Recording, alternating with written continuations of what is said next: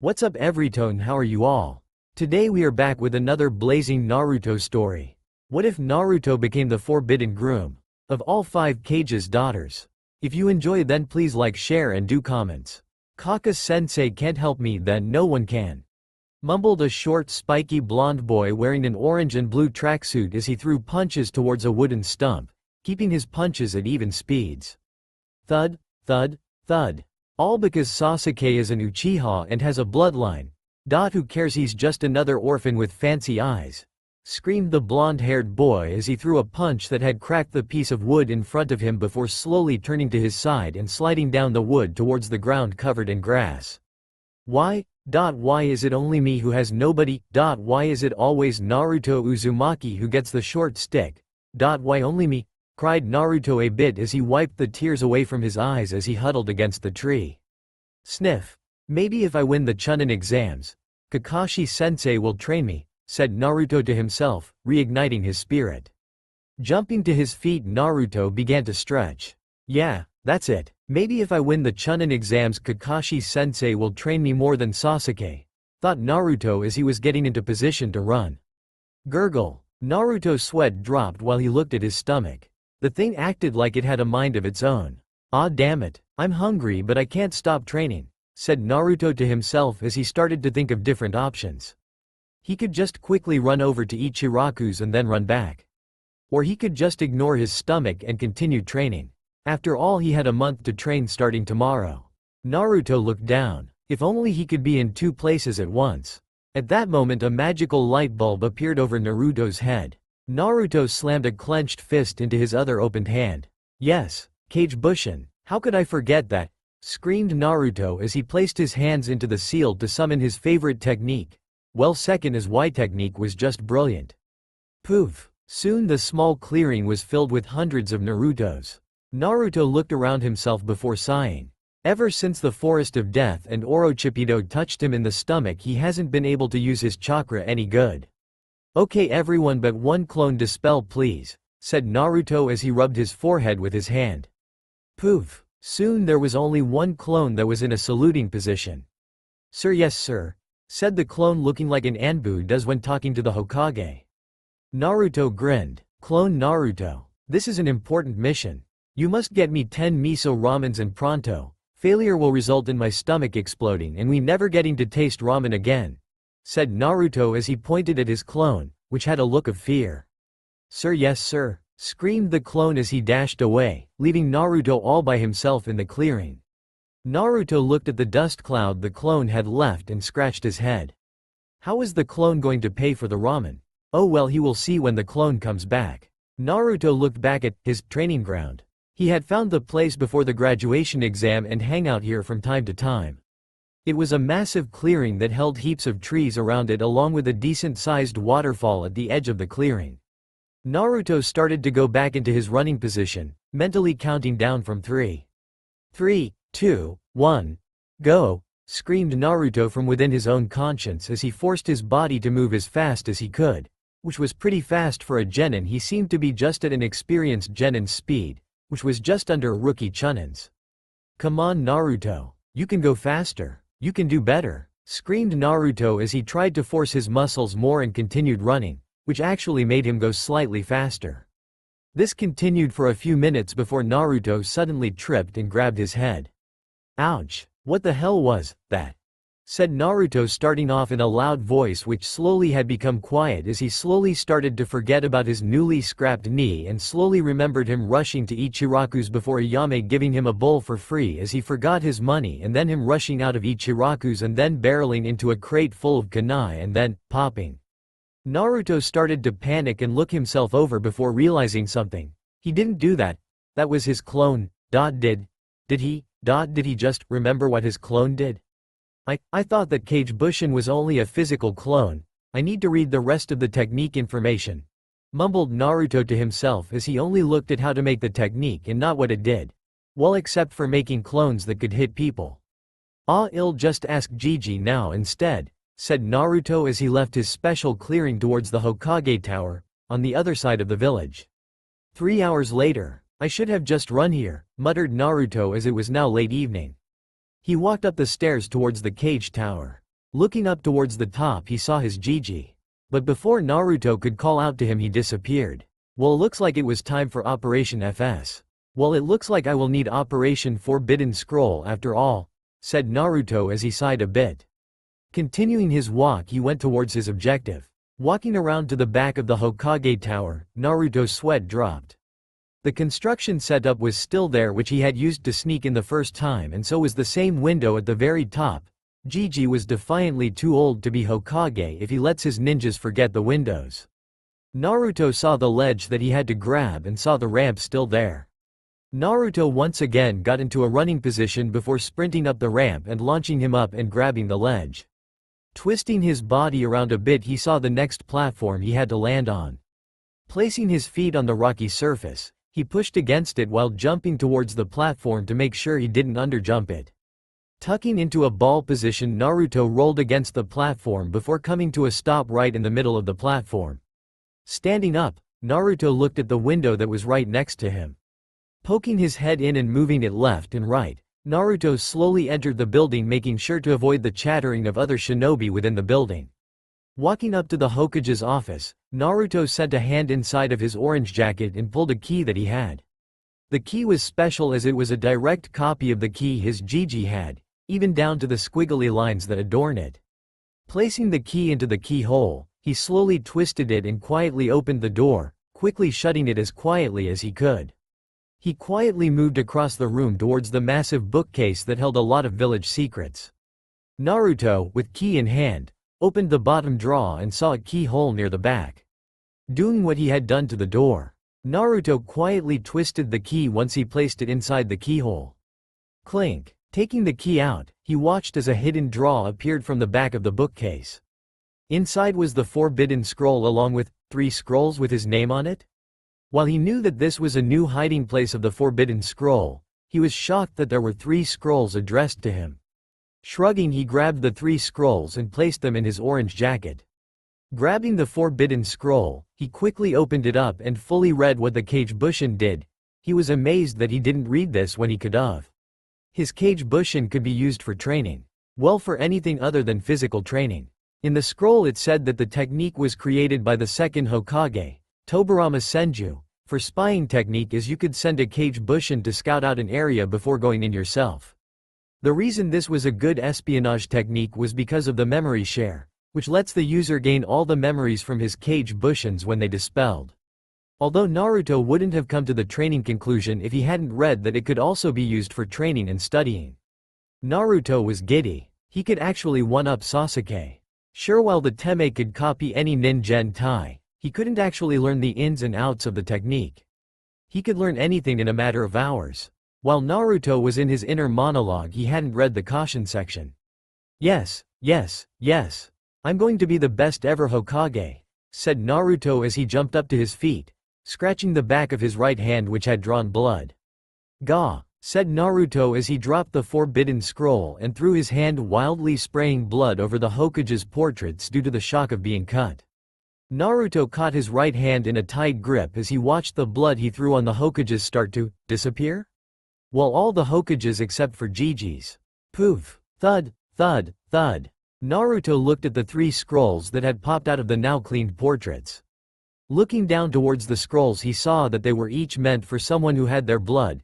But how did he get the scrolls then? He was sure he wasn't Senju or Namikaze. So, how did he open the secret portraits?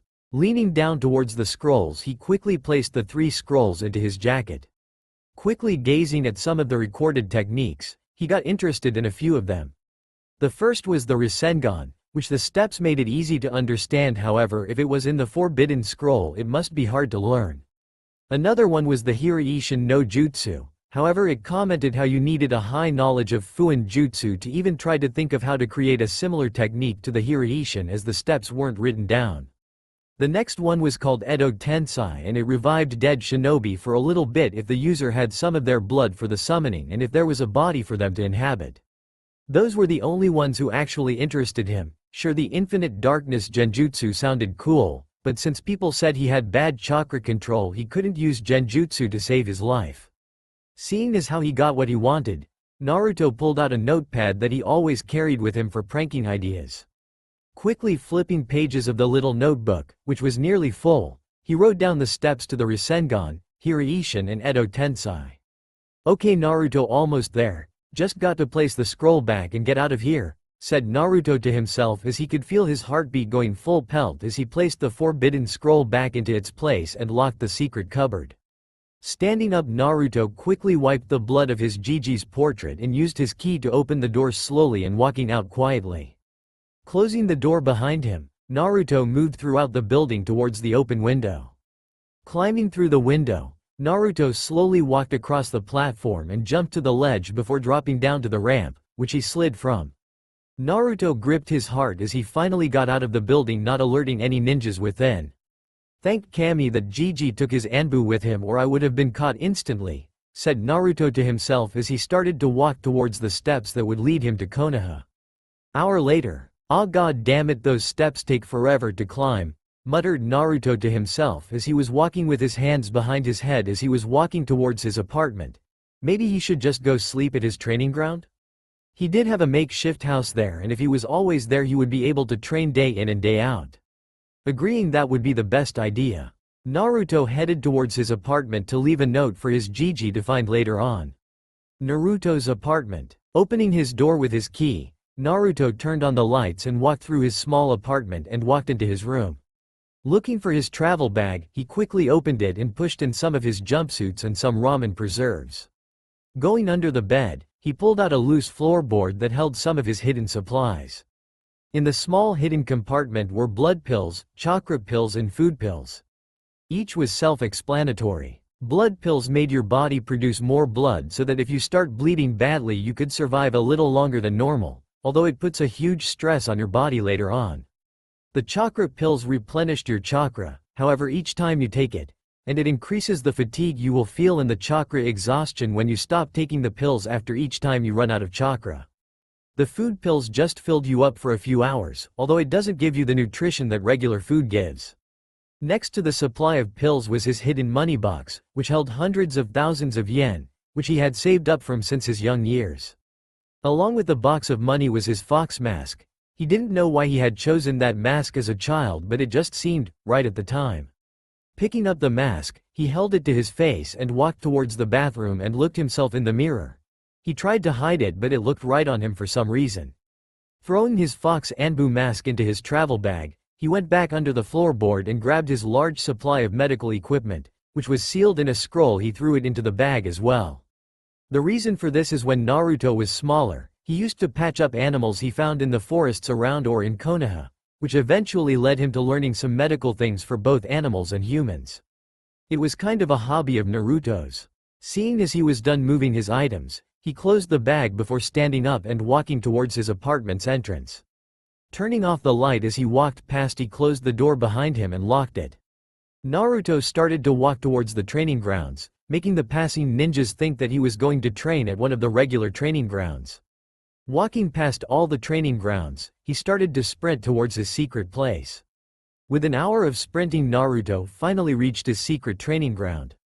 "Well, I might as well sleep now as it's becoming dark," said Naruto as he looked towards the sky, which had just started to show some stars above. 8 hours later. Yawn. "Why did I have to wake myself up so early?" groaned Naruto as he fell of his handmade hammock hidden within the cave behind the waterfall. Naruto looked at himself and shuffled his jacket a little and felt all the scrolls he still had on him. "Well, it's a good time to read them, I guess," Naruto thought as he walked around the ice-cold waterfall. Walking towards the center of the clearing, Naruto placed all the scrolls in front of him in 2 piles. The ones on his left were the ones that fell from the Hokage's portraits, while the ones on the right were the ones which were with the forbidden scroll. Naruto scratched his head with his right hand, wondering which one he should open first. Well, the Hokages were his heroes, and he could always read the other ones after.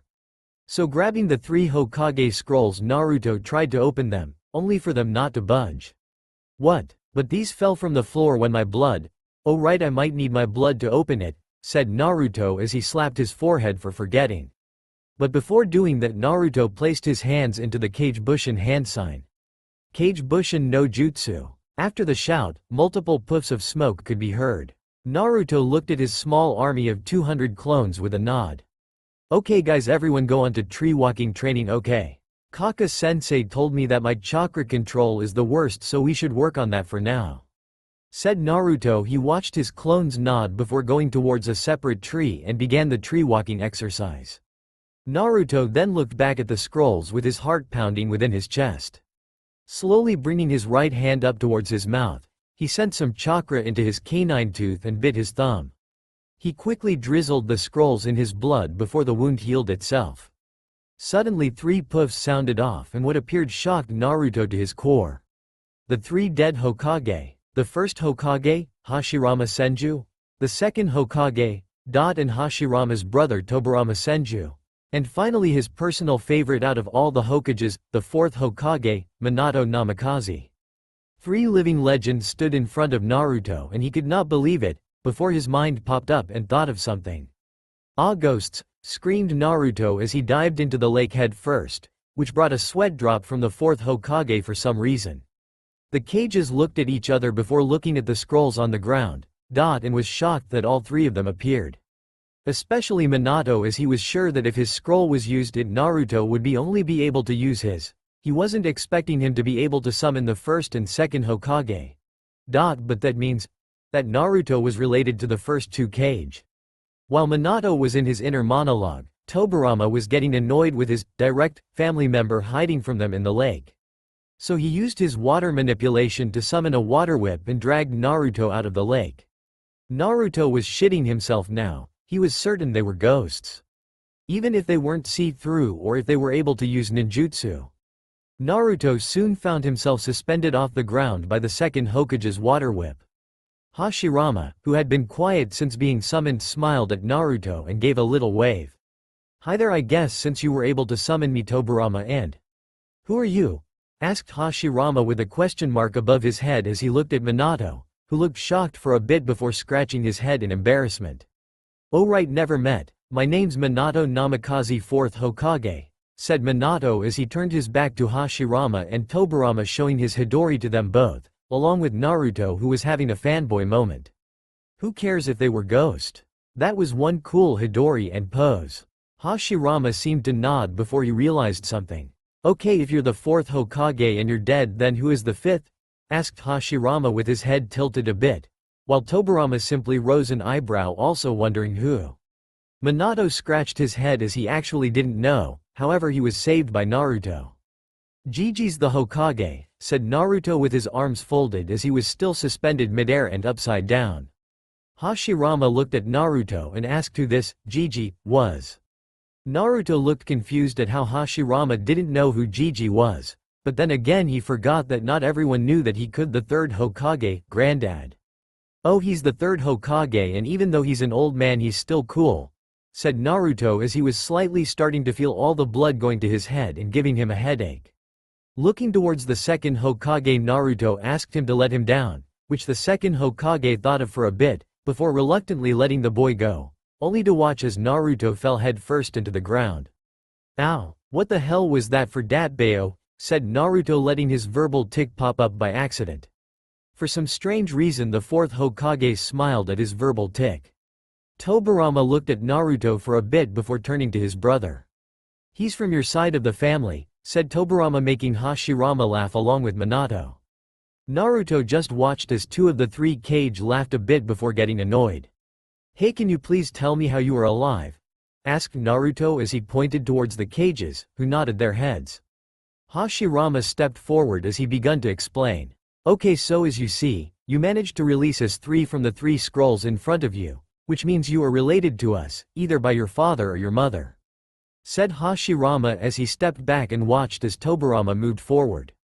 "In basic sense you are blood family. As such we had created these scrolls for our family if they needed help in any situation. So why did you summon us?" asked Tobirama as he watched Naruto scratch his head a bit. "Well, I kind of accidentally found these scrolls when I went to see what the Kage Bushin really did," said Naruto, grinning a bit before seeing shock appear on the 2nd Hokage's face.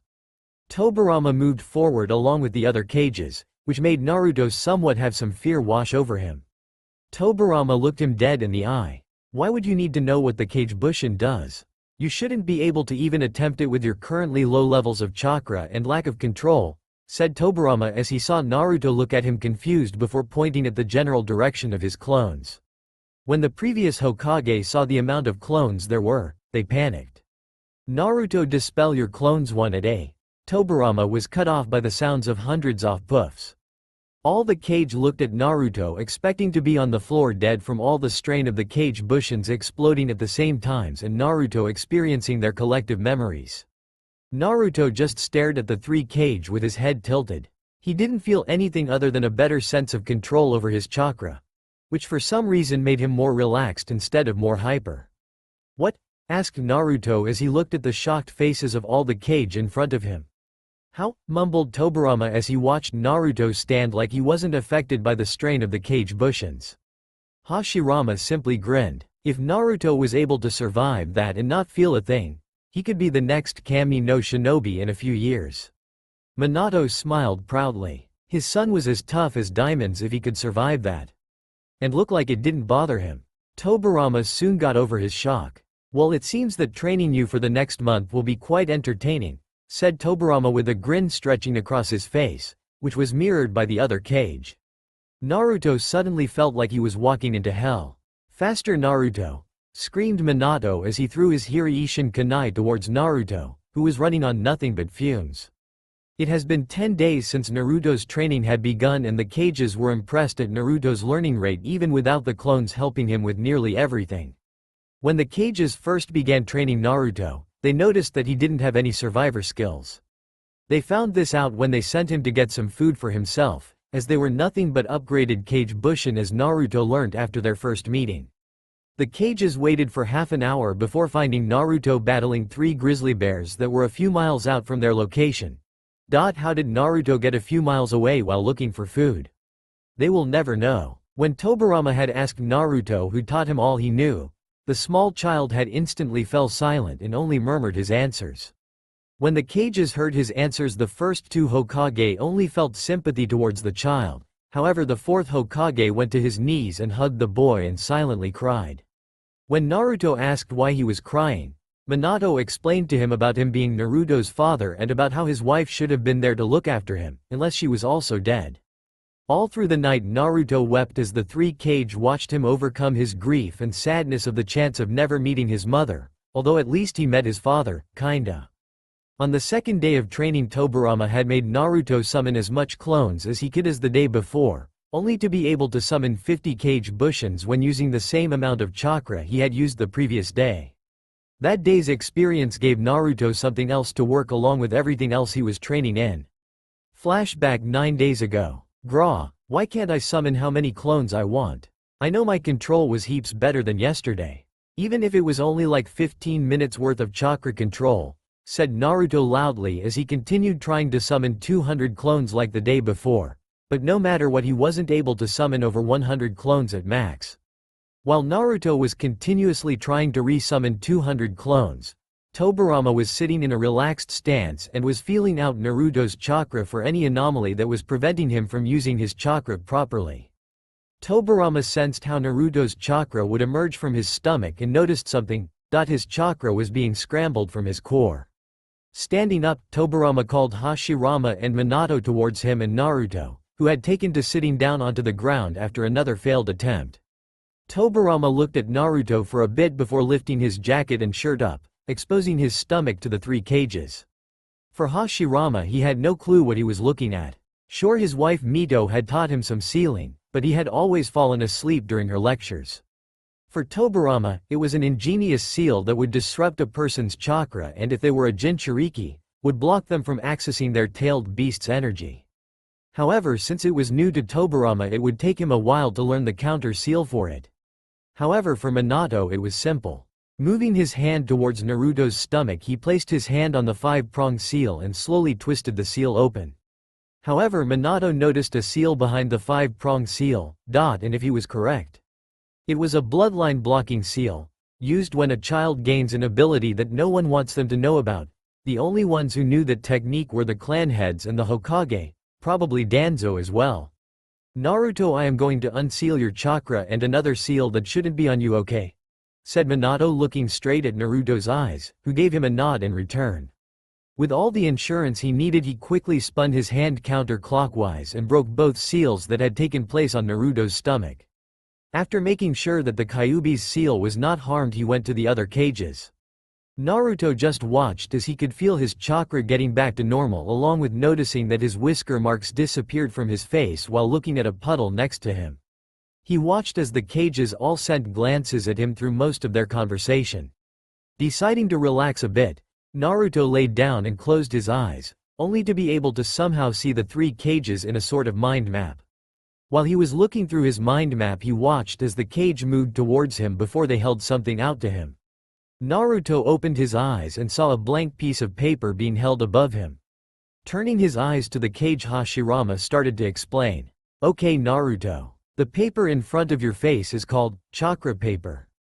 Chakra paper comes from trees that are fed chakra over a prolonged amount of time and can identify someone's chakra type when the person inserts their own chakra into the paper.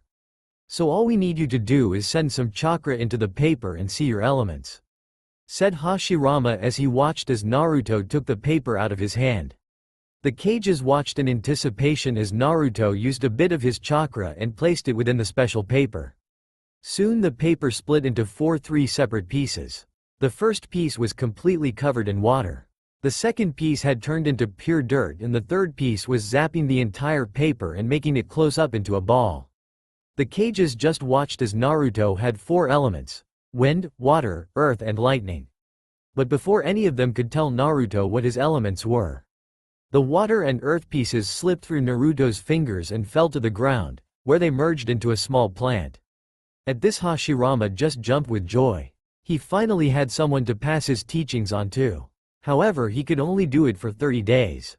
"Present, Naruto, you can do better," said Minato as he teleported around the clearing and threw more kunai at Naruto as he was also dodging small water dragons and wood dragons. Naruto looked at all his teachers with evil eyes as he continued to dodge all the attacks his senseis had thrown at him. Naruto had looked back at how this training helped him.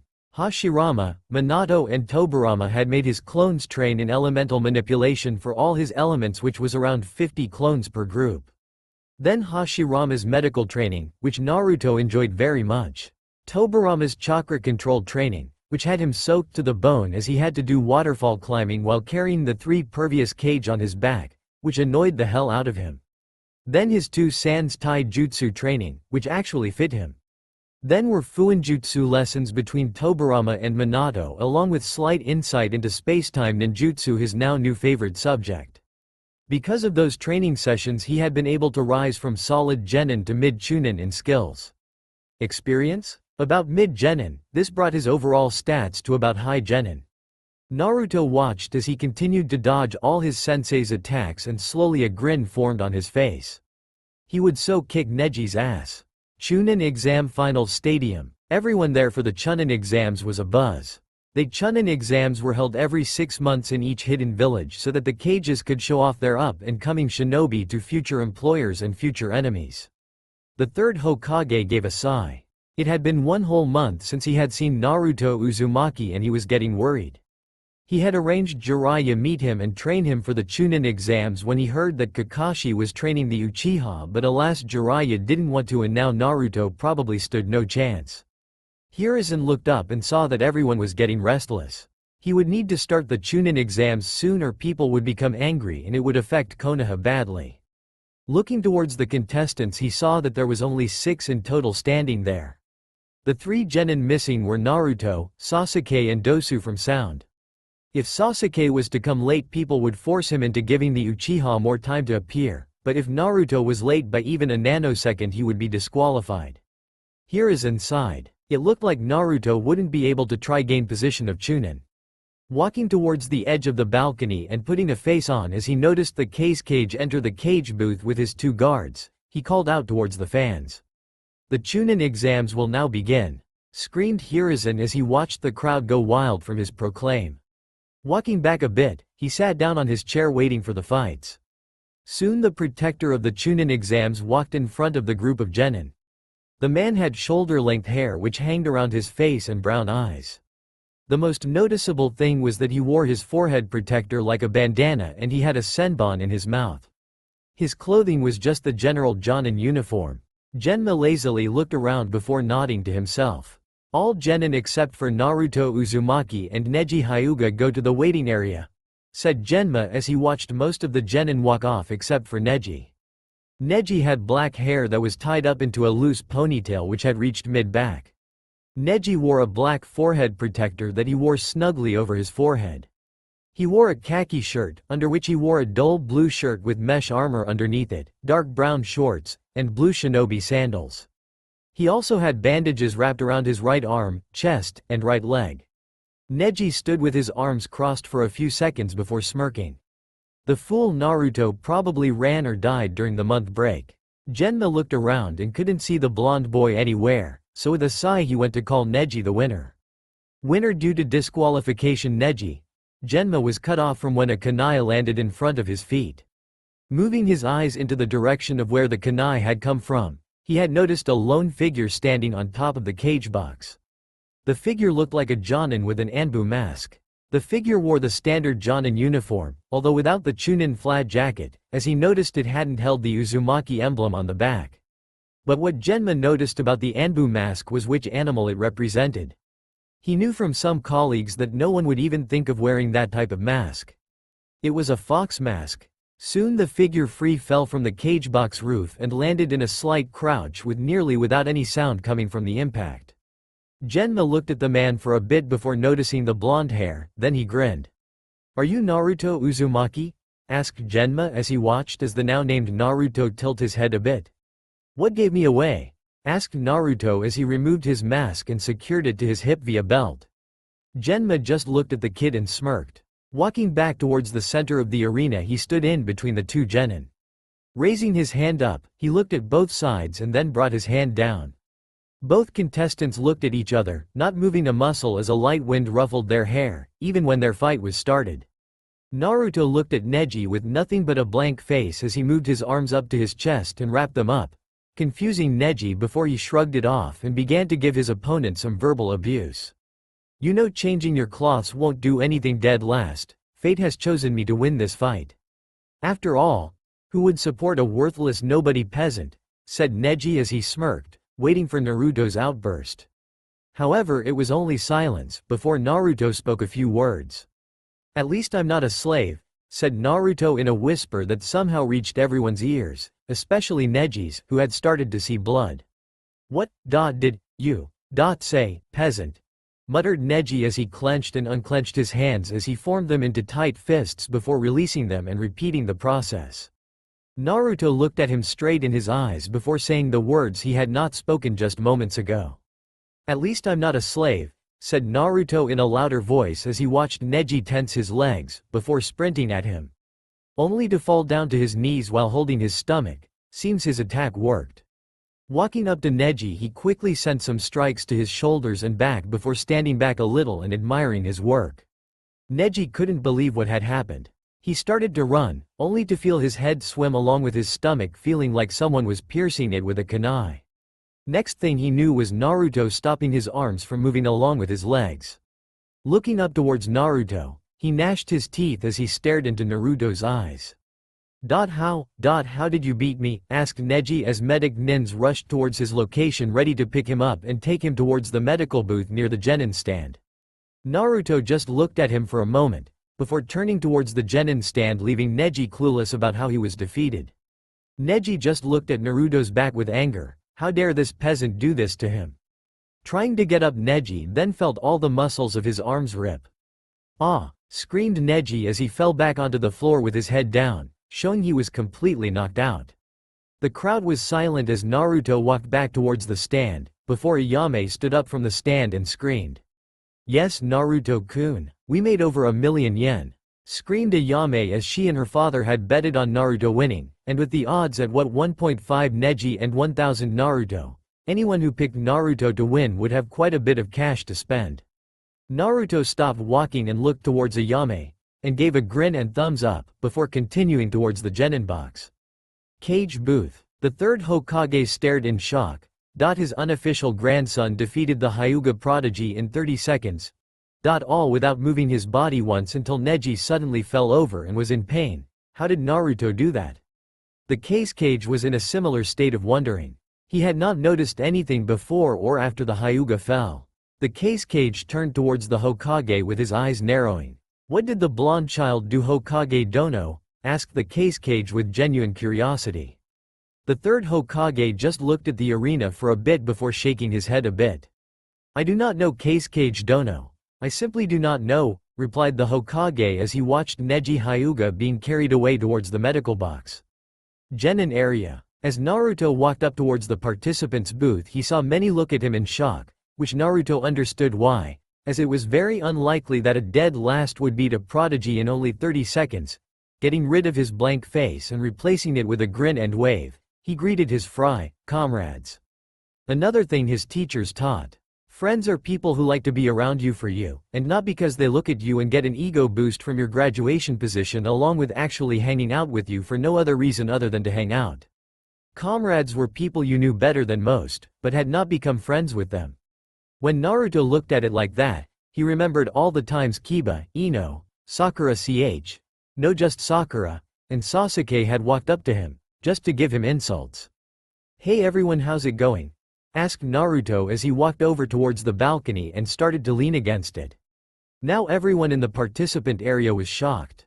Naruto Uzumaki didn't scream in greeting, and wasn't acting like he was 30 days ago.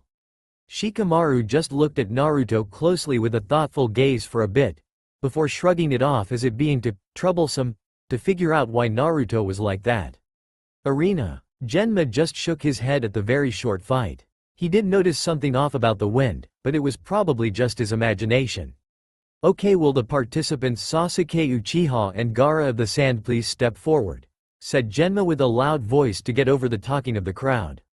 Only for the crowd to start to cheer very loudly as they waited for Sasuke. 30 seconds later, Genma looked towards the Hokage on what to do as Sasuke did not appear. Cage booth. "Well, it seems that Sasuke inherited Kakashi's lateness. It seems he will be disqualified," muttered the Hokage as he began walking towards the balcony to announce Sasuke's forfeit. However, the Kage thought otherwise. "Wait, Hokage Dono. Many people turned up to watch Sasuke Uchiha and my son Gaara to fight. Maybe you could give them more time?" asked the Kage in a polite tone, which the Hokage began to think about.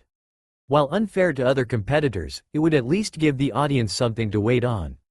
"Fine, I will move his match to the last one before disqualifying him," said the Hokage as he stood at the edge of the balcony.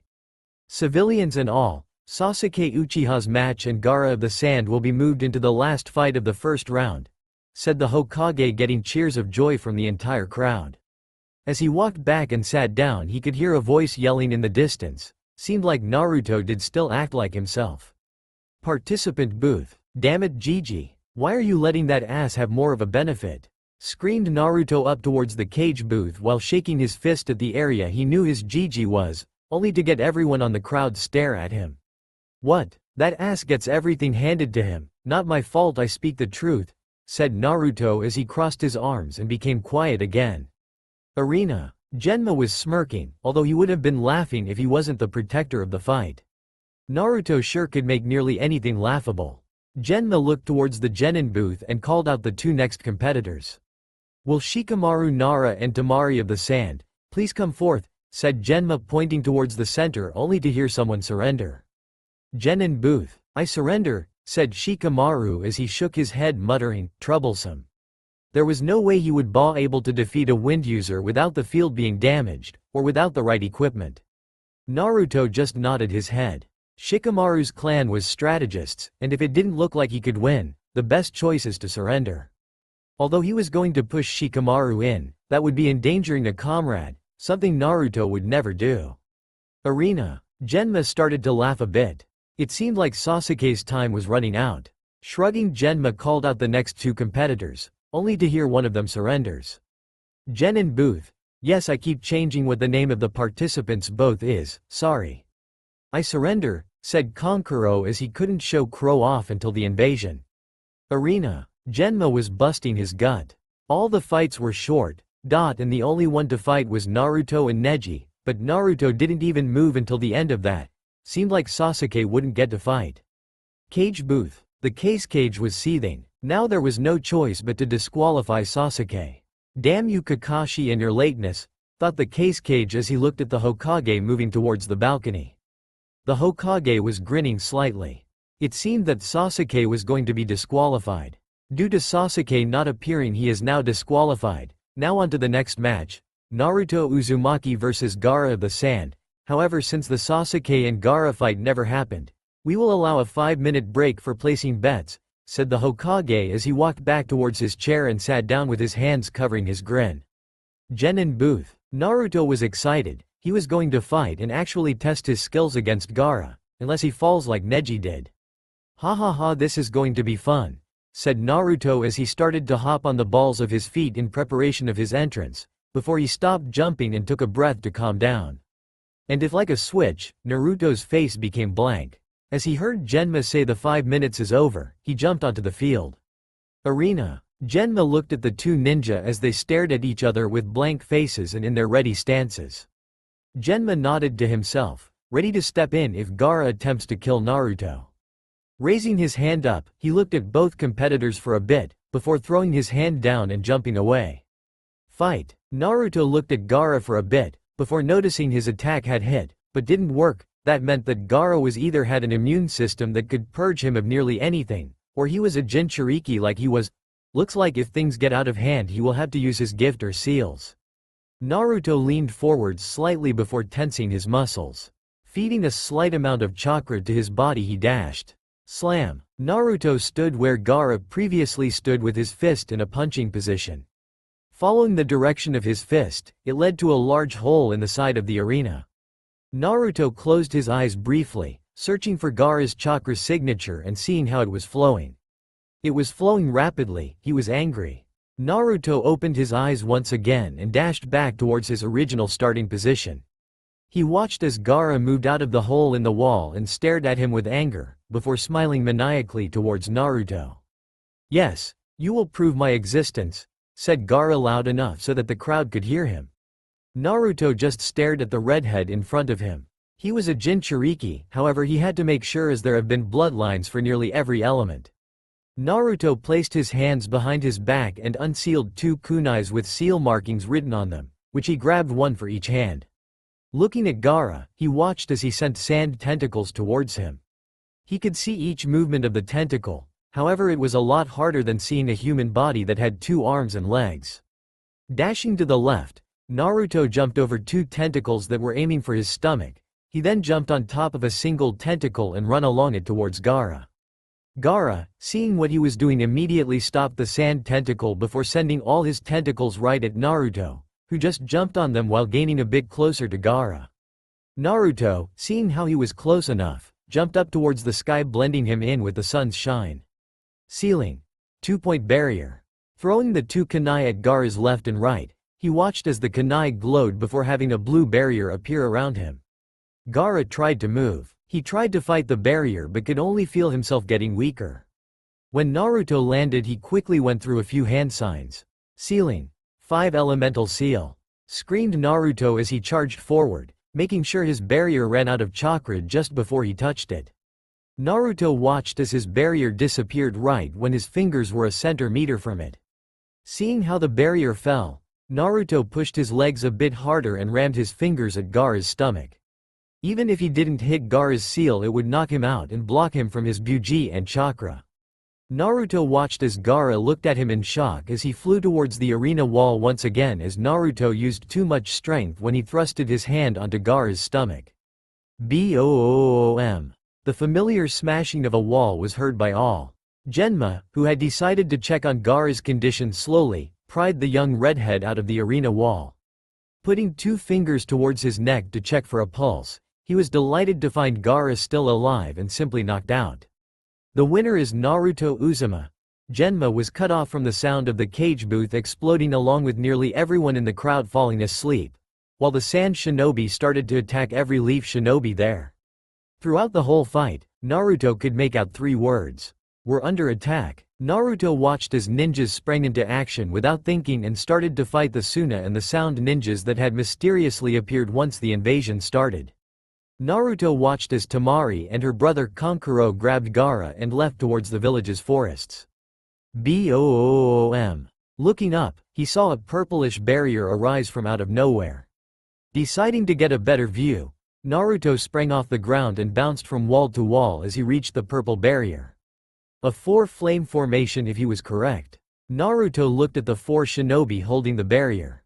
The first one he had seen was a rather fat one. He had orange eyes, and 3 tufts of orange hair on his head in a mohawk of sorts that ran down the middle and 2 similar styled tufts of hair at the side. He wore a sleeveless tunic with the symbol of the sound 4 on the hem, along with black arm warmers, a pair of black, 3/4 length pants that stopped just below his knees. Along with this, he wore sandals with leg warmers, covered by bandages, a purple robe belt around his waist, and a necklace that comprised of circular pieces separating long, metallic pieces. The next person he saw was a girl. The most distinctive feature was her long, untamed, red hair. She also wore a black hat with bandaged sides, and she wore a tan tunic, much like the other members of the sound group, with black shorts and standard black shinobi sandals. The then came to a sight of a man with 6 arms. The man was a light brown-skinned shinobi with black, shaggy hair, and black eyes. He wore a black, sleeveless top and shorts, over which he wore a tunic that bore the symbol of a circle, and a purple rope belt around his waist. He also wore the forehead protector of his village along with arm warmers, shinobi sandals and bandages around his legs. The next person Naruto saw was a man with 2 heads, although one of them seemed asleep. The man had straight, dark gray hair with long bangs that covered an eye. From what he could see, the man wore a green shade of lipstick, and had dark markings around his eyes, giving him an androgynous appearance. He wore brown tunics with long black wristbands, black skin-tight shorts, and purple ropes tied around his waist. He also wore a dark red, beaded necklace around his neck and a giant scroll behind his back. Naruto turned his attention to what was inside the barrier and his eyes widened in shock. There was his Gege fighting Hashirama and Tobirama along with Orochimaru. Naruto had to get in there. He couldn't let his granddad in all but blood fight his senseis.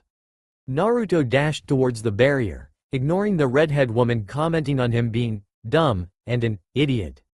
Naruto went through hand signs, ceiling, temporal distortion. When Naruto placed his glowing yellow hand on the barrier, he watched as the barrier opened itself up so that it would fit his body, along with someone slightly taller than him. Dashing through the barrier, he ignored the swearing of the redhead girl along with gaping ninjas who had looked to see what he had done. Naruto watched as he moved towards the battle, his Gege fighting off his senseis. Naruto looked towards Hashirama as he was preparing his chakra for a Mokuton attack. He had to act quickly. Pumping chakra into his body, Naruto dashed straight towards his sensei before a blue fire lit up in his hand. Ceiling. Restriction of the Shinigami.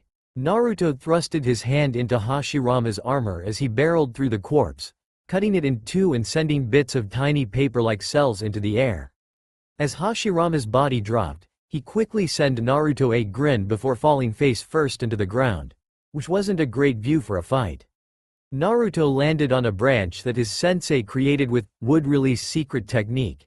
Nativity of a world of trees, which allows the user to summon trees anywhere. This included but not limited to roofs, ocean, walls, metal and many other objects.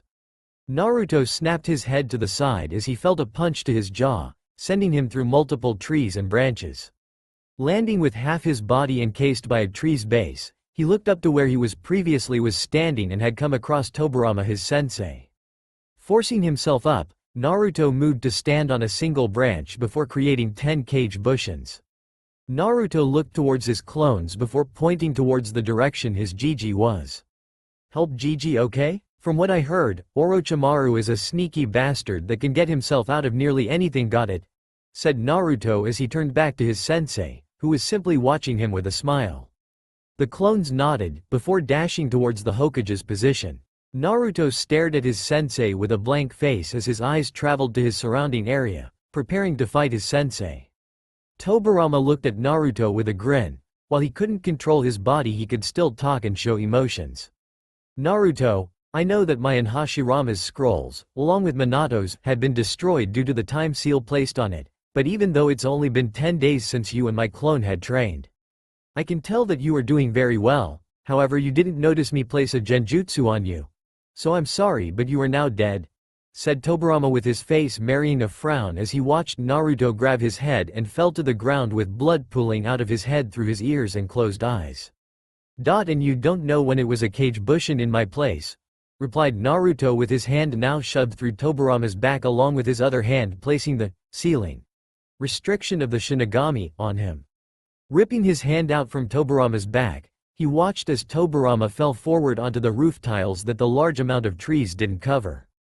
Naruto looked at his sensei's downed form and gave a small smile, before dashing off to his Gigi's battle as he felt 6 of the 9 he had sent to help his Gigi as he had used 1 to trick Tobirama, although it was probably Tobirama making his body not react to him switching with a clone. "I'll be seeing Ya-sensei," muttered Naruto as he left the clearing, not noticing the smile Tobirama had held on his face. Orochimaru and Hiruzen battle. The third Hokage was huffing. He was keeping even with his student Orochimaru, however his aging body will eventually fail him. Hiruzen dodged the incoming snake barrage that Orochimaru sent towards him. He watched as a Naruto clone kicked a stray snake away from him before being dispelled by Orochimaru, who had jumped towards him and sent a neck-snapping kick. Even though Hiruzen knew that it was only a clone of Naruto, seeing his unofficial grandson's neck snap towards you would slightly scare you. Hiruzen quickly spun his adamantine staff in a 360-degree spin, knocking all the other snakes Orochimaru had sent towards him after once again killing another Naruto clone, this time with his Kusanagi blade. Orochimaru grinned as he sliced through the few Naruto clones that had appeared to help Hiruzen. But he did note that the Kage Bushins did not disappear after he sent Tobirama to kill Naruto. Did Naruto take to hiding? Well, it shouldn't take much longer for Tobirama to kill him. Orochimaru chuckled as he pointed his katana, the Kusanagi blade, at his sensei, manga version of sword. The Kusanagi blade had a standard katana shape. It had black cloth surrounding the handle with white diamonds running along the sides of it. The guard was just a plain gold circle. The actual blade of the Kusanagi was black with a white edge running along the bottom of the blade. "Hiruzen, time to die," said Orochimaru as he dashed towards his sensei with his sword forward, only to get a snapping kick to the back of his head, which sent him flying towards the barrier, only to be saved by one of his snakes he had summoned mid-fight. Orochimaru looked to who had attacked him and looked shocked. There stood Naruto Uzumaki, his green jacket ripped beyond repair along with his black long sleeve having multiple tears running throughout it. "Sorry Orochimaru, but I won't let you kill the Hokage," said Naruto as he started to build up chakra within his coils. "As a shinobi of Konoha, it's my duty to protect the Great Wall of Fire. I learnt that from my senseis, and I will be damned if I let their teachings be wasted upon me," said Naruto as he activated his technique. "Flash step," shouted Naruto as he disappeared from everyone's sight. Soon Orochimaru felt a blinding pain in his ribs as he was sent flying from one end of the purple flames formation to the other, however this time he actually hit the barrier. "Ah!" screamed Orochimaru as he bounced off of the barrier showing his now burnt left arm, which had begun to bleed as Orochimaru's arm peeled. Orochimaru looked for Naruto, only to see him on the ground holding his stomach, along with his sensei guarding him. Hiruzen moved as soon as he saw Naruto fall to his knees and grab his stomach. "Naruto, my boy, are you okay?" asked Hiruzen as he kept his eyes on Orochimaru, who had started to look towards them. Naruto huffed and he tried to draw chakra out of Hashirama's trees. He knew that his technique, which was just an upgraded Shunshin, had not been tested in the field, but he didn't think that the effects would be this bad. He hadn't taken into the account of the uneven flooring, which had forced him to change directions several times within his single flash step. "Yay, I'm fine, just going to have to gather some chakra."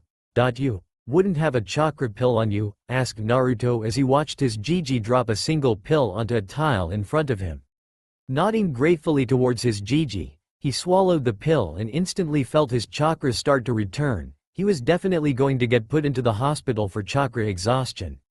Standing up, Naruto quickly flared his chakra to start healing his minor wounds at a faster rate as he already had Kyuubi's chakra healing him. Naruto looked towards Orochimaru, noticing something that he didn't notice before while he was gathering some chakra. The Kusanagi wasn't in Orochimaru's hand. Naruto heard a swish behind him and widened his eyes. The Kusanagi blade was flying towards his Gigi. Naruto jumped forward and pushed him out of the way, surprising the Hokage as he watched Naruto get the Kusanagi pulled through him. Hiruzen watched as Naruto passed out from the pain of having a sword go through his left shoulder. Orochimaru grew even more pissed. He was aiming for his sensei, but the brat had pushed him out of the way and instead gotten himself stabbed. Orochimaru watched as Hiruzen suddenly started to cough blood out from his mouth.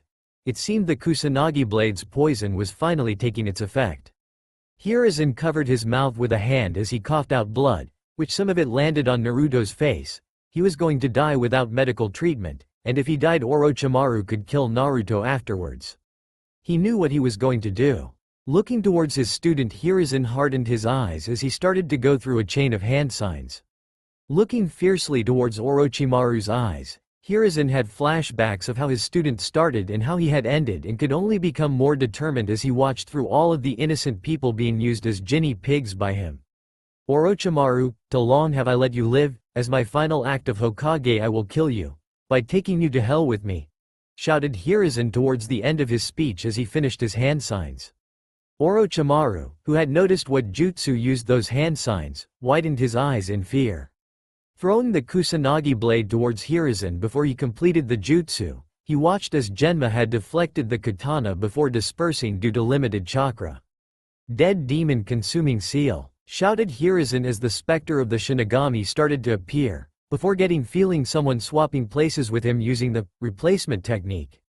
Hiruzen looked towards the Shinigami he had summoned and widened his eyes when he saw the specter's hand being placed through Naruto's stomach. The Shinigami was a translucent giant specter with a demonic visage. It was much larger than an average human, possessing long, shaggy white hair, from which two red horns protrude, and dark grayish-blue colored skin. It is draped in large white garments and carries a set of prayer beads. The Shinigami also had a tanto in its mouth. The Shinigami stared at Naruto with squinted eyes. "Why have you summoned me, human?" asked the Shinigami as he looked towards the blonde child in front of him. He did look familiar though. Naruto looked ahead as he stared into Orochimaru's eyes. "I want to seal Orochimaru into you," said Naruto as he watched the figure look towards Orochimaru and squint a bit harder before opening his eyes back to normal. "Ah yes, the one who avoids me by transferring bodies," muttered the Shinigami. Naruto quickly formed his hands into a certain hand sign, which made the remaining Naruto clones paralyze Orochimaru with multiple seals that he made the clones prepare during his and Hiruzen battle against Orochimaru. Naruto looked towards the Shinigami before nodding. He watched as the Shinigami's ghostly hand shot through him and straight at Orochimaru as he was attempting to move only to fail. As the ghostly hand grabbed Orochimaru and started to pull his spirit out, Orochimaru decided to become a bastard. "I will not die here," screamed Orochimaru as he made his discarded Kusanagi blade once again sail towards Naruto, who had only widened his eyes before feeling the blade punch right through his right lung.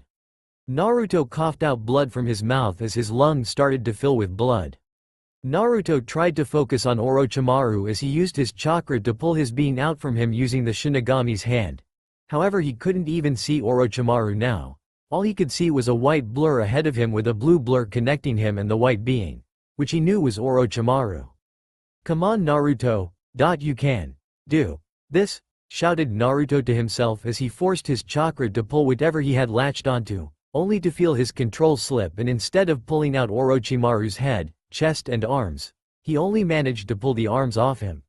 As the Shinigami went to cut Naruto's soul in half as he did, he felt something off, before grinning a bit before disappearing, while leaving Naruto's soul intact, although nobody knew that as Naruto just simply fell towards the ground.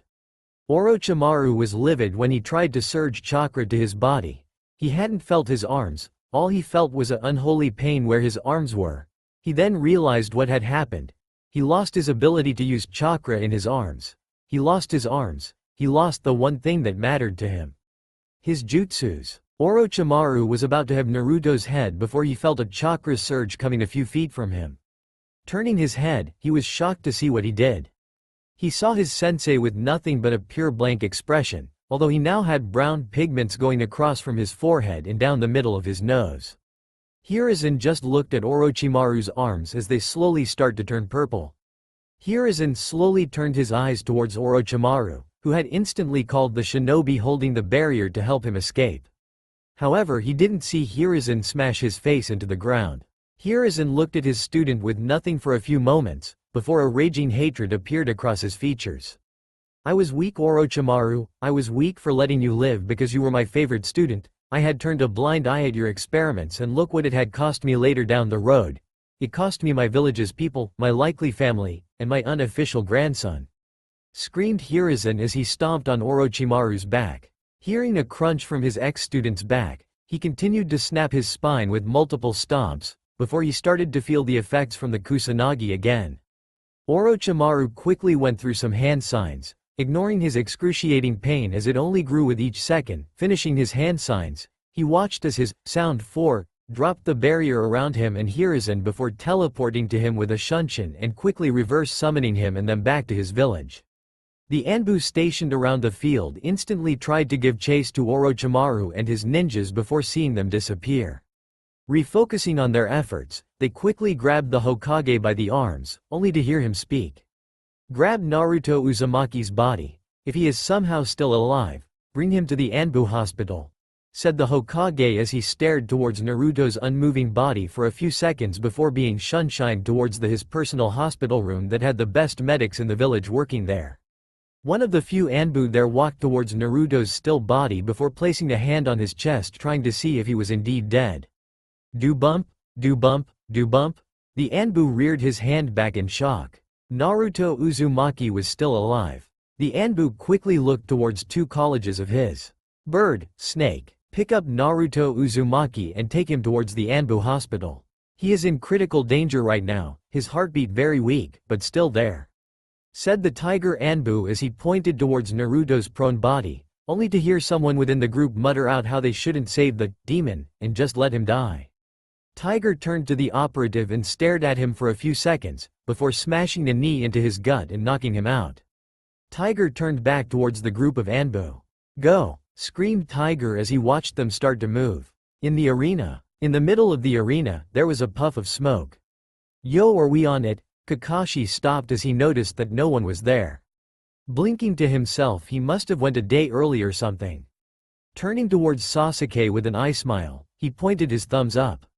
"Well, Sasuke, looks like we have more time to train." With that, Kakashi grabbed Sasuke by the shoulder before shining back towards his secret training ground. "Hospital? Where am I?" thought Naruto as he slowly opened his eyes and instantly covered them due to the brightness. Allowing his eyes to adjust to the brightness within the room, he slowly sat up and looked around, only to come to the conclusion that he was in the general hospital, again. When Naruto tried to stand up, he felt a shock run through his system and a massive pain in his shoulder. Looking down towards his right shoulder, Naruto just stared blankly at the wrappings around his entire chest and stomach. Thinking back to his injuries, he remembered himself taking the Kusanagi through both the stomach and the right lung while helping his Gigi in battle. His Gigi. He passed out before he could help, although he felt something was different within him. Grabbing the edge of his bed, Naruto started to push himself onto his 2 feet. Letting go of the bed, he started to slowly walk towards his hospital room door. Reaching out with his right hand, he grabbed the doorknob before slowly twisting it open as his wrist was sore for some odd reason. Sticking his head out, Naruto looked both directions before slowly walking out of his room. When he was younger, if he was caught sneaking out of the hospital, he would have many ninjas throw him back in there under Hokage's orders. It sucked because it was boring in the hospital. Walking down the long walkway, Naruto took a second to look out of the nearby window and watched Konoha shinning with just a bit of rubble here and there, although the gates around Konoha was pretty damaged. Turning his head back towards the walkway, he used the wall next to him to support him as he walked through the hallway. Closing his eyes for a moment, Naruto started to sense chakra signatures spread all around the village. Locking onto the largest chakra signature, he opened his eyes and started to walk forward only to see a ninja appear in front of him with a shunshin. The ninja was obviously a woman as her body was amazingly shaped. The most distinguishing feature of the Anbu woman was her long purple hair. The Anbu with a Neko mask looked at Naruto for a bit, before placing a hand on his shoulder and shunshined him towards the Hokage tower. Hokage office. Hiruzen watched as a poof of smoke and leaves appeared in the middle of his office. Once the leaves and smoke cleared, there stood Naruto Uzumaki and Anbu Neko. Hiruzen looked towards Naruto's state of dress, which was just the regular hospital gown that was administered to all patients. He chuckled to himself that Naruto hadn't noticed his dress yet. "Ah, what the hell?" screamed Naruto as he looked down at himself to see a hospital gown on him. The Anbu Neko's shoulders were moving slightly up and down, giving off that she was laughing slightly. Hiruzen grinned before nodding towards Neko, giving her the order to go back into position. With a replying nod, she jumped into one of the darkened corners and disappeared. Well, she just sat there. Hiruzen stood up while holding his right hip slightly as he walked towards Naruto. When he reached Naruto, he wrapped him up in a hug, which Naruto returned. When the hug stopped, Hiruzen clicked his fingers and a replica of Naruto's new cloths appeared, along with his old jumpsuits. Hiruzen looked towards all the ceilings and nodded, making the 4 Anbu there appear. He then looked back towards Naruto and smiled. "Your choice," he said as he went to wait outside the office. Naruto got what he meant. He could become a ninja, or be like he used to be, a clown. It wasn't that hard of a choice. Naruto walked towards his carefully folded replica of his cloths from the Chunin exams final. Quickly putting his black long-sleeve shirt and baggy pants, he looked for the jacket but noticed it wasn't there, along with his fox mask. Walking outside, he saw his Gigi smile a proud smile at him and also got 4 nods from the Anbu at his choice. Naruto nodded back towards the Anbu and looked at his Gigi seriously. "Where's my jacket and fox mask?" asked Naruto as he watched the Hokage raise his eyebrow at him for that question, as he wasn't expecting Naruto to ask about his fox mask. Hiruzen looked towards one of the Anbu and made a few hand signs behind his back. With a nod from the Anbu, he quickly disappeared to do what his Hokage had told him. Looking back at Naruto, Hiruzen grinned. "I don't know Naruto, but would you like to come with me to the council room?" asked the Hokage. Getting a shrug from Naruto, they both began to walk towards the council room, with the Hokage noticing Naruto's slow but easier walk. It seemed that Naruto was healing while walking. As Hiruzen and Naruto were walking, the Hokage turned towards Naruto with a small smile. "So, how was training with 3 Kage?" asked Hiruzen casually as he saw Naruto widen his eyes to maximum proportion and quickly turned his head towards his Gigi. "How?" asked Naruto as he noticed that his Gigi wasn't angry at all even though he kinda took some things. "I saw through the crystal ball of your training at times, good job by the way. Maybe in a few years you could actually gain the title of Hokage," said Hiruzen as he and Naruto walked towards the council room. Naruto looked towards Hiruzen before shagging his now not painfully bad shoulders and upper body. "So you know that I stole my parents' scrolls along with going through the forbidden scroll again, right?" said Naruto as he kept looking forward, not noticing his Gigi widen his eyes similar to how Naruto had a few moments ago. Hiruzen was gaping. He thought that Naruto only managed to accidentally get the 3 Kages to help him, and that was a shock. He thought that only Minato's scroll would appear if Naruto swiped blood onto the pictures, and now he finds out that Naruto had taken his parents' scrolls and looked through the forbidden scroll again. How did he do that? Finally reaching the council room, Naruto and Hiruzen walked through the door going to the Hokage podium. Hiruzen looked at Naruto for a bit, deciding if he should do what he was going to do. Finally deciding, he looked towards Naruto and grinned. "Naruto, sit at the Uzumaki clan seat," said Hiruzen, making all the council members look at him in shock.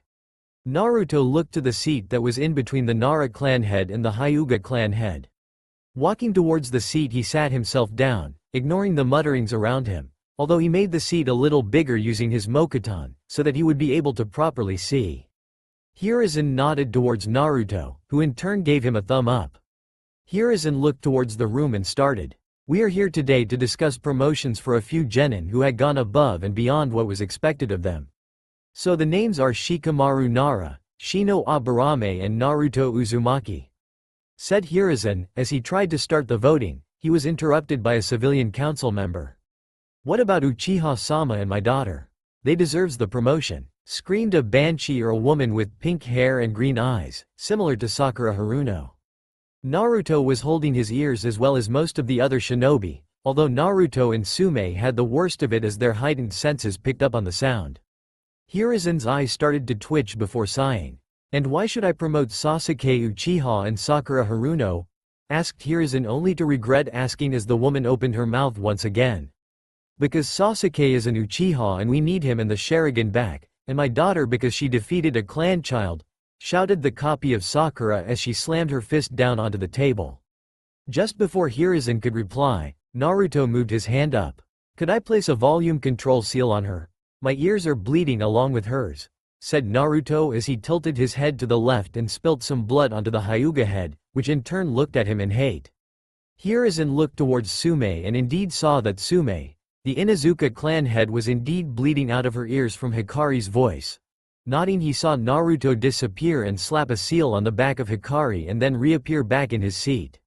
What did you do to me, demon? Said Hikari as she attempted to scream, only to find that she couldn't. At that moment, everyone in the council started to worship Naruto without him knowing, before getting over it. Hiruzen then answered Hikari's previous question. Sasuke doesn't deserve the position as he hadn't even turned up for the Chunin exams and Sakura had drew against a clan child, but that also wouldn't have given her the position of Chunin as Chunin need tact, skill and leadership. Said Hiruzen. Okay, now Shikamaru Nara, all four? 3/4 of the council risen their hands as they had heard he managed to lead a small group of genin to help minimize damage around the academy and prevented the fall of a medical team who were passing by under attack. Next on the agenda in Shino Aburame, said Hiruzen as he watched 1/4 of the council put their hands up. It was known that Shino also helped with Shikamaru, just not as much, although most of the medical team did continue living due to a very smart bug clone squad, which was made out to be the medical team. Hiruzen then nodded towards Naruto. And finally Naruto Uzumaki, said Hiruzen as he watched both the shinobi and civilian side of the council didn't raise their hand at all. Naruto looked at them with a little bit of wonder, before shrugging. There was always field promotion or other methods. Hiruzen raised his eyebrow at everyone keeping their hands down for Naruto's promotion. Wondering why, he voiced his concern. And why shouldn't Naruto get promoted? Asked Hiruzen as he watched the Hyuga head stand up. From what all his previous record, he was nothing but a prankster and the dead last of his generation. Now while I had indeed seen his Chunin exams fights, they were obviously staged as not even I could defeat Neji that fast. Hiruzen tilted his head before looking towards Shikaku Nara. The man stood up and gave a sigh. Naruto Uzumaki's personality and characteristics don't show a competent leader at all and he does not show any ounce of tactics, which could get his team killed. Said Shikaku. Hiruzen started to think about how Naruto not only saved them, but indirectly take out their opponent's Jinchuriki and saved him from dying at the hands of his senseis and student. Naruto sighed. Looks like his personality that Tobirama had pointed out was definitely going to haunt him later on in life, stupid sensei knowing everything. Hiruzen then looked towards his ceiling and nodded. He watched as a figure landed straight into the middle of the room. Anbu Tiger, should Naruto Uzumaki gain the promotion of Chunin? Asked Hiruzen as he watched Tiger get ready to talk. Yes, he should. He not only battled and defeated 2 opponents with ease, he also breached a flame formation barrier, which should have burnt anyone to a crisp at contact, and he then helped the Hokage battle weakened versions of Hashirama-sama and Tobirama-sama. Then helped Sandaime-sama with Orochimaru and even took 2 sword stabs from Orochimaru to help Sandaime-sama. Personally, I would just have him join Anbu. Said Tiger, as he felt his Anbu commander dragon shake his head in agreement. Gasps were heard throughout the council room. Naruto Uzumaki as an Anbu? What's next? The Sandaime actually accepting. The Sandaime actually thought about it for a moment, before calling the Anbu commander out. Dragon, come out and state whether or not should Naruto Uzumaki join the Anbu Corps. Said Hiruzen as he watched his Anbu commander appear within a moment's notice. The dragon Anbu was silent for a few moments before speaking. I think that Naruto Uzumaki should be implemented into Anbu. His skills are quite high compared to how he was 31 days ago, which brings me to wonder what he did, however I recommend he join Anbu. Said the dragon masked man as he then looked towards his Hokage. Naruto was just absorbing it all in. He might get recommended for Anbu. He might be given training for the best of the best. Hiruzen started to think. Anbu wasn't the best for a child, but he knew Naruto would pull through. However, there was the thing about Naruto now being the center of attention after the whole Chunin exams. Maybe, yeah, that could work. As he was about to speak, the Hyuga head Hiashi stood up and slammed his hands down onto the table. This is ludicrous, shouted Hiashi as he looked towards his right. looking straight at Naruto with his Byakugan active. "Aren't you taking his personality and mission reports in? He was a problem in everything and his skills against the two previous Kage and Orochimaru? Prepostures. It would be impossible for someone of his caliber to be that good," said Hiyashi as he sat back down, ignoring the Hokage sending him a slight glare. Turning back to Naruto, he grinned. "From now on I promote Naruto Uzumaki with special Anbu," said the Sandaime Hokage as he stared into his council. "Have you finally lost the plot, Gigi? There's no such thing," asked Naruto as he stared at his Gigi with a tilt of his head as he saw his Gigi start to twitch his eye. The Sandaime watched as some of his council started to talk about him behind their hands. The sad part, it was the shinobi who were doing it. Sighing to himself, he started to explain. "I had thought of the idea just now, Naruto, so no, I am not losing the plot, as you said. Special Anbu is a rank that would give you both regular shinobi benefits and some Anbu benefits. The benefits would be higher access to missions, better pay, and higher entrance to the shinobi library along with being able to train in Anbu facilities. Your duties, however, will be split between being a regular shinobi and part-time Anbu. Understand?" asked Hiruzen as he watched Naruto's face go through several different emotions. The first was shock, then joy, then excitement, then realization, then slight sadness, before it morphed into acceptance, before turning to confusion again. "There's a shinobi library?" asked Naruto. Only make the clan heads mentally agree with themselves that Naruto wasn't fit to become a higher rank than Genin. The Hokage nodded with a slight grin. The shinobi library never gained much attention or people, due to it being a library, and so the only ones who really went there were Jonin who were stuck on something and Chunins who wanted to know some things about the previous Jonin exams. Naruto nodded, remembering to check the library out, before staring back at the Hokage with his shining eyes that were brimming with determination. "I accept, and I swear as Naruto Uzumaki, as a ninja of Konoha, I will not let anything happen while it is under my watch," said Naruto as he placed a closed fist onto his chest, right where his heart was. Hiruzen nodded before closing the meeting. Naruto's apartment. "Asu bored now. Maybe a game of shogi would do. Nah, when I versus a clone it doesn't work out as it always ends with a draw as they were the same person. Maybe some more fuinjutsu practice. Yay, that sounded good," thought Naruto as he opened his fridge and grabbed a sack of mixed berries that he had found in the forest. Shutting his fridge door and walking towards his living room with a mouth full of mixed berries. Naruto went towards a small table, cupboard, and opened the third drawer, which was the lowest one, and pulled out a scroll labeled, Fuinjutsu Studies. Advanced Volume 1 to 10. The book was all about how to start planning your own Fuinjutsu. Currently Naruto was only on the first chapter. Although most people would call Naruto a Fuinjutsu master after seeing how he was able to use Fuinjutsu to 1. Beat Gaara and 2. Break through a flame barrier, he was only a beginner who had finished the beginner book and used his created, chakra density, jutsu to make seals appear anywhere he wanted. Naruto sent some chakra into the scroll and watched as the first volume of the book appeared. Holding the book in his hands, Naruto created 5 Kage Bushins. "Poof, sir," said the Kage Bushins loudly as they each held their book in a salute. Naruto just had a small sweat drop down the side of his head. They sometimes were too much like his old self. How did anyone put up with him? "Okay, so you are all going to read volume 1 while I go and start doing some training.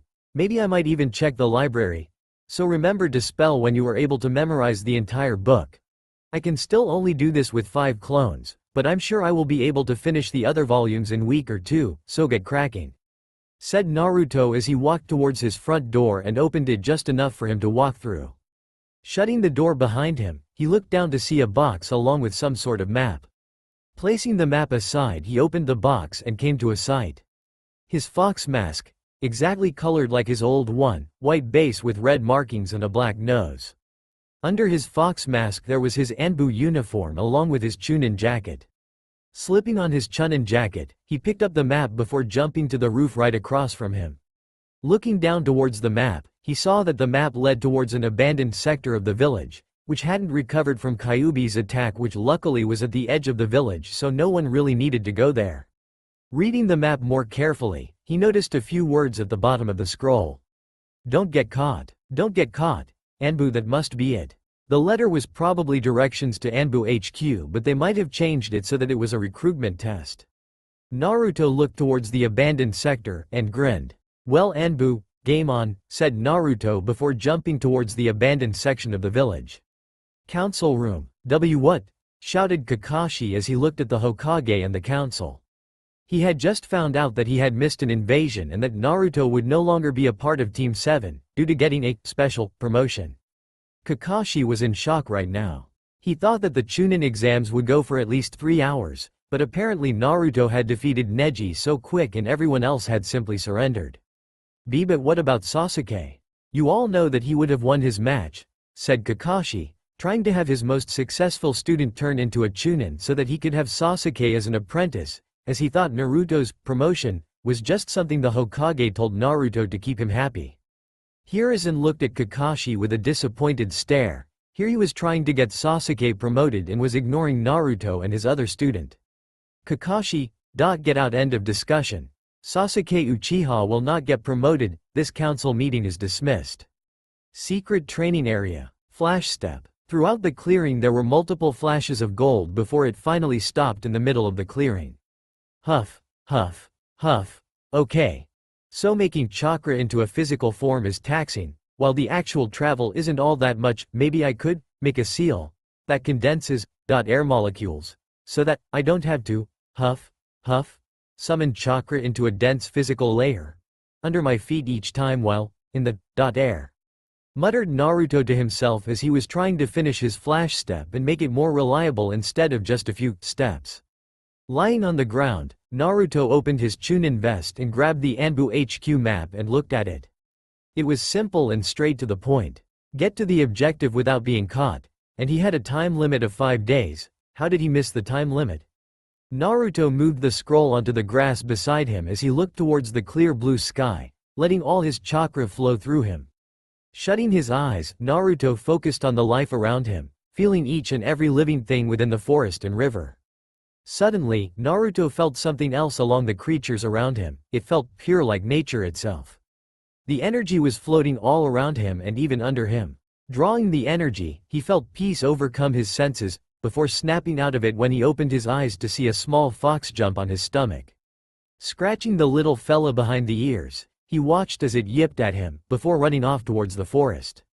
Naruto then thought back to the feeling he felt, the peace he felt when he absorbed some of the energy. Was that what peace would feel like? Would everyone have a chance to feel like that sometime in their life? Could that feeling be shared by everyone? Naruto held on to the feeling he had felt for a few moments before standing up and grabbing his scroll. If peace truly felt like that, then everyone should be able to feel it, thought Naruto as he started to walk towards the abandoned section of Konoha. An hour later we find Naruto standing just before the abandoned area. Naruto closed his eyes as he felt chakra signatures in front of him by a few meters. Naruto moved his chakra around for a bit before releasing a breath and opening his eyes. Then he disappeared, shocking the hidden Anbu as they saw nothing but a flash before he disappeared. When Naruto reappeared, he had landed on top of a small building. Moving his hand towards the wall to his right, he started to send chakra pulses through the stone wall. He could have used his sensory abilities, but it required him to focus and remain still as it is not trained enough. Sure, he could use it to sense a mile radius, but he hadn't had any training that lets him use it subconsciously and on the run. Feeling through the wall to Anbu, who had seemed to shuffle slightly when he sent the chakra pulse. He knew that they could instantly teleport to the HQ and report that he was here since the test had started when he entered. Naruto came to one conclusion: to knock them out. Now Naruto wasn't stupid anymore. He knew that if he fought two Anbu head-on he would be killed or defeated almost instantly. So Naruto decided to use a new technique he had created called phase, which, like the title of the name, allows him to phase through any solid object. However, this would alert any sensor Anbu within the area if he took too long. However, due to his chakra blanketing a good 50 or so meters, it would take them a while to find him. Naruto started to send chakra through his body, and then started to make his chakra move faster and faster within himself. Reaching an extremely high chakra velocity, Naruto made all that chakra come to the surface. If people saw Naruto now, they would only see his general shape as his body was vibrating at an astonishing rate. Naruto walked towards the wall, before simply passing through. The way this technique works is vibrating himself so that he could go through any surface as long as he was vibrating at his current rate. Tobirama had said that it was due to the phenomenon called quantum tunneling. A side effect from vibrating his body fast was the fact that he could also move at an insane speed, although that depleted his chakra at a very fast rate. The most he could run with the speed he gains from the technique was 5 seconds, although he managed to travel from Konoha to all the other major villages. But when he had returned, he passed out for a few days. Naruto looked at the two Anbu, who had not noticed him behind them, as he was now pure kinetic energy for the next few seconds as he stopped pumping chakra into himself to keep his vibration.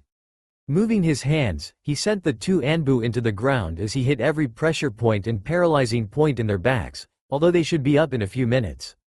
Naruto looked at his body as it stopped vibrating at an insane rate. Forcing chakra around his body, he started to calm his raging heart. Another side effect from the vibrations, he could gain a heart attack at any moment while vibrating at that speed. However, he would have been dead if not for Kyuubi's chakra strengthening his heart when he was younger, along with keeping it from exploding. This goes the same for any organ or limb he had. Puffing out some air, Naruto leaned against the wall to his left and sent another chakra pulse that ran throughout the entire abandoned part of Konoha. Ping! He felt something within a hidden building a few feet under the current house he occupied currently. Naruto looked at himself for a second, before once again forcing his chakra into vibrating at an insane rate. He felt his reserves plummet rapidly as he stopped and pushed his chakra through his body. Naruto knew that if he kept going at this vibration speed, he will pass out. Naruto forced his feet to start to penetrate the ground below him, and as if like magic, he started to phase through the ground. Naruto watched as he went through a few floors and finally land on a metallic platform. Closing his eyes and spreading his senses, he quickly noted that there was a single signature right in front of him. Opening his eyes, he widened them in shock when he came face to face with a yellow gas cloud. Thud! Naruto's body fell down hard against the metallic floor. The man in front of Naruto's body was none other than Dragon, the Anbu commander. Dragon stared at Naruto's prone body for a few seconds, before clicking his fingers, summoning two Anbu. Neko and Tiger appeared, and saluted. "Sir," said both Anbu as they looked towards their commander. Dragon looked at them for a moment, before staring back at Naruto's prone body. "How did he do?" asked the commander as he looked towards his two Anbu with a tilt of his head. Neko stepped forward. "He did very well, for a likely recruit. He had only set off 2 out of the original 200 silent alarms and only alerted the 2 Anbu who were knocked out, so overall he did this almost perfectly," replied Neko as she looked towards Naruto's still prone body, with some thoughts running through her head. The commander nodded, before walking away. "Bring him to his next test," said Dragon, before walking away towards his office. Neko and Tiger nodded to each other before grabbing Naruto's body and shining to Naruto's next test. Thud, thud, thud, slink, slink, thud. The screams could be heard from room to room. The one who was screaming was someone subjected to the worst torture subjected to anyone. Anbu interrogation chamber. Ha, ha, ha. Is that the best you got? Asked Naruto as he had his hands tied behind a chair, along with his feet. He had multiple chakra-suppressing seals placed on his as well. Looking at his appearance, you could see the rips that littered his cloths and skin. His long-sleeve black shirt had large amounts of cuts running along it, while his chunin jacket was more of a rag. His headband had sticked firmly on his head, not even a slight cut on it, but that was due to Naruto trying to avoid anything that came near it. It was a gift after all. And finally his pants, they were about to fall off from him. The Anbu was vicious. Naruto was staring at the Anbu woman in front of him. The only thing he could deduce was that she had long black hair that reached her mid-back and that she wore a blank Anbu mask, along with her skin being an Uchiha pale color. She had been interrogating him for the past 6 hours. He would have cracked if he couldn't escape the pain and shackles, although he noticed that when he healed from one set of attacks, the next ones were that much weaker each time, until he could barely feel the hits delivered by the woman in front of him. The woman could only stare in shock behind her mask. She had done every torture technique that Anbu were taught, some of which could kill the victim. For example, there was one where the Anbu places a liquid on a torture weapon. And when it hits it makes that part of the body weakened and sensitive to any strike that a fist could easily go through their entire chest and kill them, either by having a fist through their body, or due to a heart attack because of all the pain the person would receive. The Anbu looked down towards Naruto's now shorts and grinned. She knew how to break him. Walking around the table with her right hand slightly scraping the table that had separated them, she placed her right hand on Naruto's inner thigh, bringing him to a shiver. The Anbu leaned forward toward his ear and started to talk. "Oh Naruto-kun. We don't need to keep torturing you, so if you tell me where the Hokage's forbidden scroll is, I will give you a reward," said the Anbu saucily as she started to rub her hand around Naruto's package, until she felt it touching her hand. The Anbu looked towards Naruto's now fallen pants and saw a sight of Naruto's package standing at full attention. The Anbu woman looked at the package for a bit before a stray thought went into her as she looked at Naruto's 8-inch penis. "I could just have him tell me thought the Anbu, before wrapping her right hand around it and started to stroke it.